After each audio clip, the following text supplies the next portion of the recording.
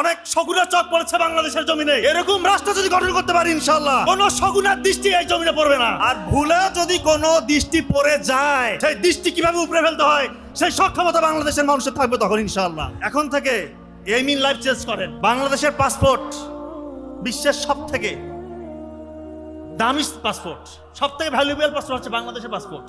বাংলাদেশের যে কোনো উচ্চ পর্যায়ে যখন লিডার অন্য কোনো রাষ্ট্রীয় সফরে যায়, সেই দেশের তৎপরতা চোখে পড়ার মতো হয়ে যায়। এবং বিশ্বের নামি দামি যে কোনো টপ ক্লাস যেই নিউজ পেপারগুলো আছে, সেখানে হেডলাইন হয় Bangladesh the new super power of the east. তথ্য প্রযুক্তি, জ্ঞান, শিক্ষা, স্বাস্থ্য সকল ক্ষেত্রে বাংলাদেশ রোল করছে এই ওয়ার্ল্ডকে। শুধু তাই না, মহাকাশে বাংলাদেশের আধিপত্য। বাংলাদেশ প্রথম কার্বন নিরপেক্ষ স্মার্ট সিটি বাংলাদেশ উপহার দিবে।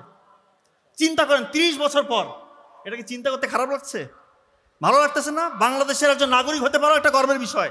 এরকম যদি দেশটা হতে পারে।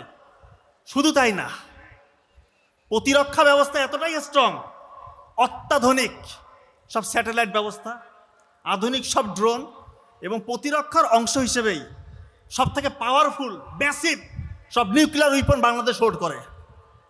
এরকম একটা শক্তিধর রাষ্ট্র যদি আমরা হতে পারি ইনশাআল্লাহ, ওই পার্শ্ববর্তী দেশ তাদের রক্তচক্ষু, তাদের যত ষড়যন্ত্র, তারা ভুলেও বাংলাদেশের দিকে চোখ দিয়ে তাকাবে না। ওই দেখেন না, অনেক শগুনের চোখ পড়েছে বাংলাদেশের জমিনে। এরকম রাষ্ট্র যদি গঠন করতে পারি ইনশাআল্লাহ, কোন শগুনের দৃষ্টি এই জমিনে পড়বে না। আর ভুলে যদি কোনো দৃষ্টি পড়ে যায়, সেই দৃষ্টি কিভাবে উপরে ফেলতে হয় সেই সক্ষমতা বাংলাদেশের মানুষের থাকবে তখন ইনশাআল্লাহ।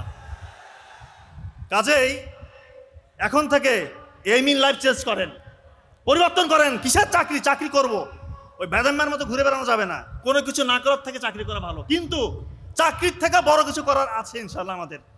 এই মেসেজটা এই আপনার চিন্তার মধ্যে ঢুকাইতে হবে।